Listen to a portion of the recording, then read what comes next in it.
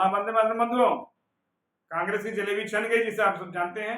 और ये छनना था, इसमें कोई आश्चर्य की बात नहीं है, कोई अप्रत्याशित नहीं है, कुछ अचंभित करने वाला नहीं है। एक है कि झूठ चपेट के अपनी देश दुनिया चला रहे हैं, पट्टे अलग बात है। कुल मिला यूपी और बिहार में भी जलेबी छान रहे थे, अब सब जाके अपना दूध बेचना शुरू कर दिए। खैर, मेरा विषय ये था कि जैसे कि मुझे इन चुनाव परिणामों से व्यक्तिगत रूप से न आश्चर्यचकित हूं, न अप्रत्याशित मुझे लग रहा है। जैसे वैली में ये था थोड़ा बहुत अप्रत्याशित लग रहा है। वैली जैसे घाटी, कश्मीर घाटी में था कि मुसलमान एक भी वोट नहीं देगा इनको, भाजपा को। लेकिन आश्चर्य ये नहीं लग रहा कि जम्मू का हिंदू इतना वोट दे देगा इनको, जो खुद इनसे द्वारा मारा गया है, पीटा गया है, उत्पीड़ित रहा, वो भी वोट दे देगा। ये आश्चर्य थोड़ा बहुत। हरियाणा में मुझे अंदाज था कम से कम 60-65 सीटें आएंगी, लेकिन कुछ इलाकों में वहां भी मुसलमान 100% इनके खिलाफ गया। कुछ सेवई खाने वाला, भाईचारा वाला, गंगा जमुनी संस्कृति वाला। और ये कभी चुनाव न जीत रहे थे न जीतते। आश्चर्य ये है कि थोड़ा कि मुसलमान तो इंटैक्ट है इनके खिलाफ, भाजपा के खिलाफ, ये तय है, इसमें कोई शक नहीं। और पूरी दुनिया में वो अपने ही बुक, अपने ही धर्म, अपने उसके आधार पर वोट करेगा। उसको चाहे ईरान हो, इराक हो, इजिप्ट हो, जो भी हो, चाहे हिंदुस्तान हो। उसमें ये झूठ मूठ का एक नैरेटिव कि हिंदू मुसलमान करने लगे, भारत पाकिस्तान, ये है, हकीकत है ये। वो अपने हिसाब से वोट करेगा। आश्चर्य मुझे सिर्फ हरियाणा के कुछ इलाकों के हिंदुओं में, जो वो परेशान हुए थे, जो जम्मू के हिंदुओं पे। जैसे कांग्रेस का एक बहुत बढ़िया नैरेटिव क्रिएट रहता है, जैसे ये आपके गर्दन पे छुरी है इसका एहसास नहीं होने देंगे। जैसे बकरे के पीछे एक छुरी कसाई लेके चल रहा, लेकिन आगे हरा चारा दिखाता है, वो उस गंतव्य, उस स्थान तक ले जाता है जहां हलाल करना है उसको, जहां उसकी गर्दन काटनी है। एक आदमी आगे हरा चारा दिखाता रहेगा, एक आदमी पीछे छुरी लेके छुपा के चलता रहेगा। कांग्रेस यही स्थिति हिंदुओं के साथ करती है। और हिंदू भी अब सहिष्णु है कि क्या है समझ में नहीं आता। सभी नहीं, कुछ जो सेवई, भाईचारा, टोपी पैजामा वाले हैं, जो उनके गलबहिया वाले हैं। जैसे आपको इस बात, जैसे एक ल्यूटियन जोन्स में, जैसे एक कुछ अर्बन नक्सल जिनको कहते हैं, कुछ पत्रकार हो गए, रवीश कुमार, पुनप्रसिद्ध सिंह वाजपेयी, अजीत अंजुम, कुछ टीवी चैनल्स, कुछ यूट्यूब, कुछ फेसबुक, जो ये एक झूठा नैरेटिव क्रिएट करते हैं कि अरे बड़ी बम्पर, और वो कहीं पब्लिक में नहीं रहते, कहीं ग्राउंड पे नहीं रहते।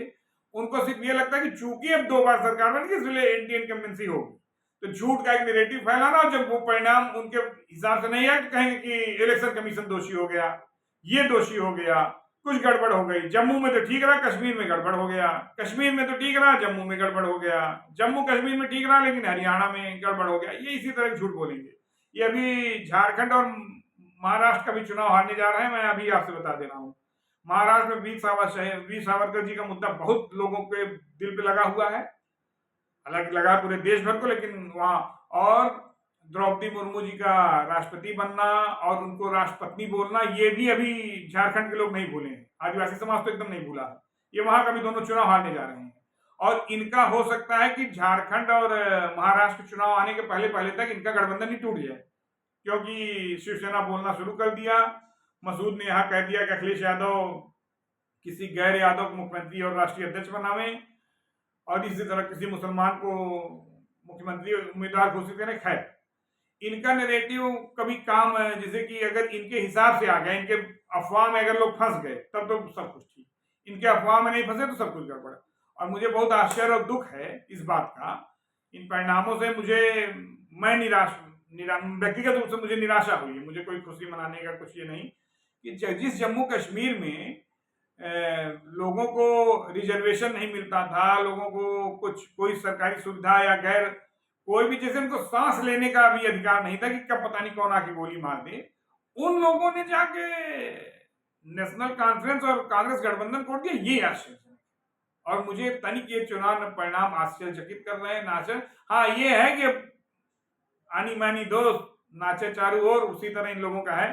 सवेरे 8 बजे तक जलेबी खाते रहे, 11 बजे चुनाव आयोग गड़बड़ हो गया, शाम 7 बजे तक मोदी सेकुलरिज्म के खिलाफ हो गए। इसी तरह का नाटक फैलाएंगे। इनकी और ये जान लें, इनके धरातल पे इनको हवा नहीं है, इनको पब्लिक का मूड क्या है इनको मालूम नहीं है। ये जैसे एक नैरेटिव फैलाने में सफल रहे कि 240 से बड़ा 99 होता है, हैट्रिक मोदी की सरकार हैट्रिक मारी, हरियाणा सरकार हैट्रिक मारी, लेकिन ये एक नैरेटिव कुछ मीडिया घराने और कुछ सेकुलरिज्म के सुरमा ये फैलाने में कि मोदी इस बार मतलब 84 के बाद भी सबसे बड़ी इतनी सीट किसी को नहीं मिली थी जितनी मिली, लेकिन इनका एक नैरेटिव है, अपना काम करता है। खैर, मेरे कहने का मतलब है कि मुझे बहुत आश्चर्य मुझे भी इस चुनाव परिणामों से है कि क्या जम्मू का हिंदू अपने पूर्वजों के हत्यारे या उनको वोट दे सकता है, या अभी जो हरियाणा में जो दंगे हुए, हिंदू आस्थाओं पे प्रहार हुए, उसके बावजूद क्या लोग इतने लालची हो सकते हैं कि तात्कालिक बहकावे में अपने पीछे की गर्दन की छोड़ी न देख पाए। धन्यवाद।